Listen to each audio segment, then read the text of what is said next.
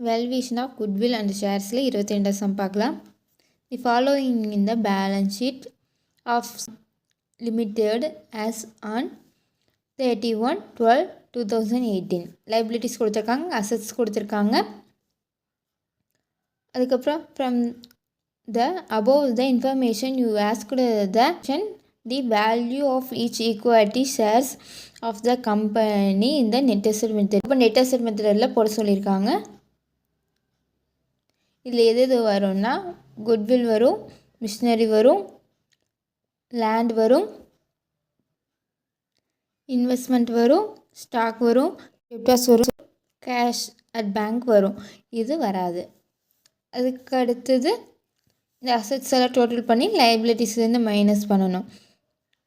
Sundry creditors வரும், bills payable வரும். அப்புறம் சம் போடலாம். ஹெட்டிங் எழுதியாச்சு. Valuation of under net asset method of Sun limited. Particulars rupees. First assets எழுதிக்கலாம்.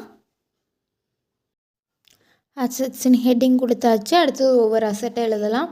First one goodwill.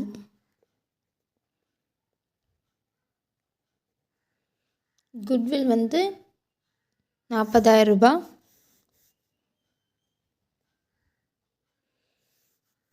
Second one machinery.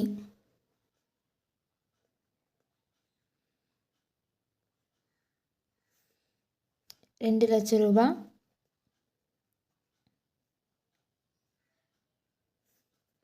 அடுத்தது land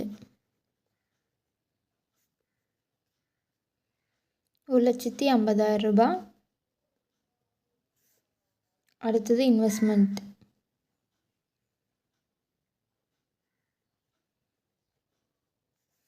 60,000. அதுக்கடுத்தது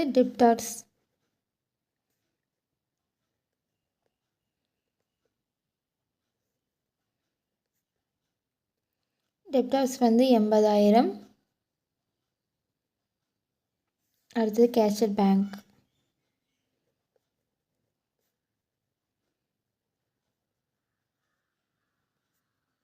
அது வந்து 20,000. இது எல்லாத்தையும் டோட்டல் பண்ணி இங்கே போகணும்.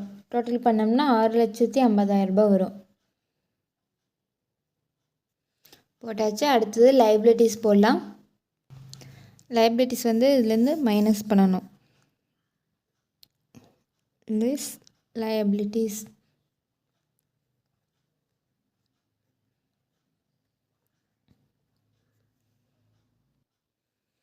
Sundry creditors.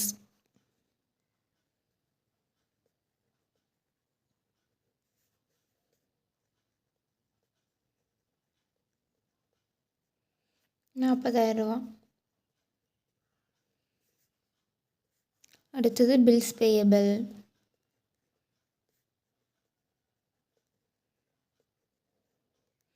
அது ₹10,000. ரெண்டு டோட்டல் பண்ணோம்னா ₹50,000 வருது. 6,50,000 ₹50,000 மைனஸ் பண்ணோம்னா ₹6,00,000 வரும்.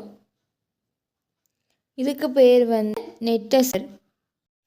வர இந்த ஆன்சருக்கு பேர் நெட் அசெட்.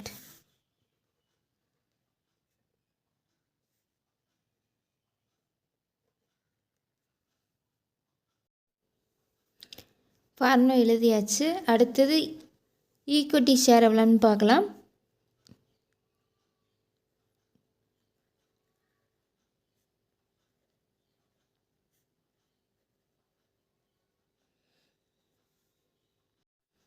ஃபர்ஸ்ட் ஒன்றில் இருக்குது பாருங்கள்.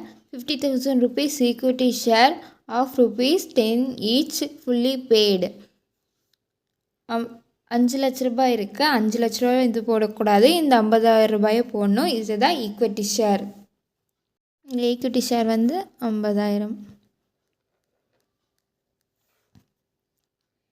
இப்போது நெட் அசெட் வந்து 6,00,000. ஈக்விட்டி ஷேர் வந்து 50,000. வகுத்தல் பண்ணோம்னா ₹12 வரும். அதான் பெர் ஷேர்.